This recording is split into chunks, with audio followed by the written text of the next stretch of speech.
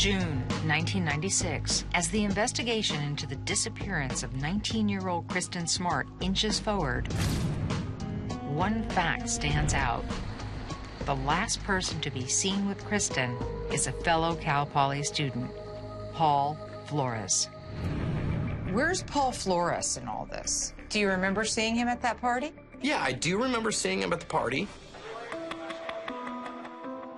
Paul is a 19-year-old freshman from nearby Arroyo Grande.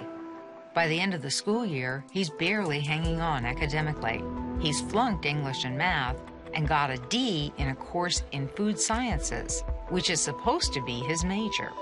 To say Paul Flores wasn't your average student would be an understatement. He also seems to have a problem with alcohol. According to students who know him, he can be obnoxious when he's been drinking and prides himself on keeping a small refrigerator in his dorm stocked with beer.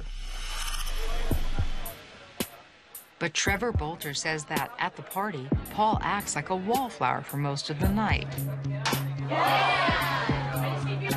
Though at one point, he does make unwelcome advances on a young woman, until her boyfriend puts a stop to it. Enough. Just get out of here.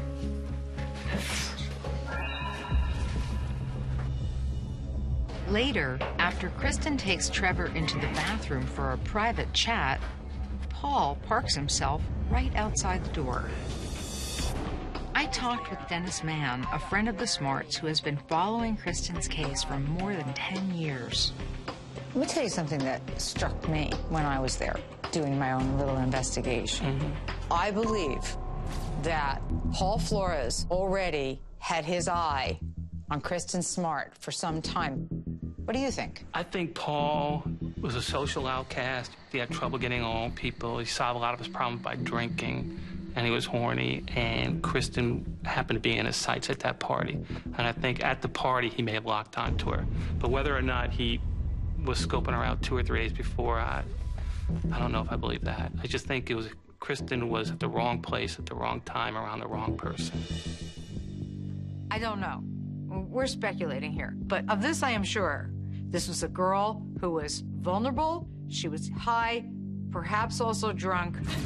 She was off kilter that evening.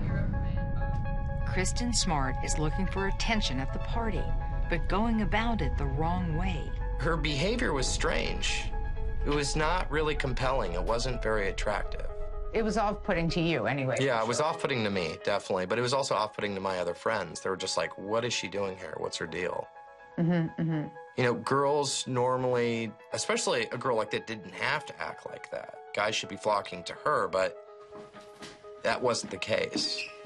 I think the only guy paying attention to Kristen that night is Paul Flores, who just happens to be around when it's time for an obviously impaired Kristen to go home.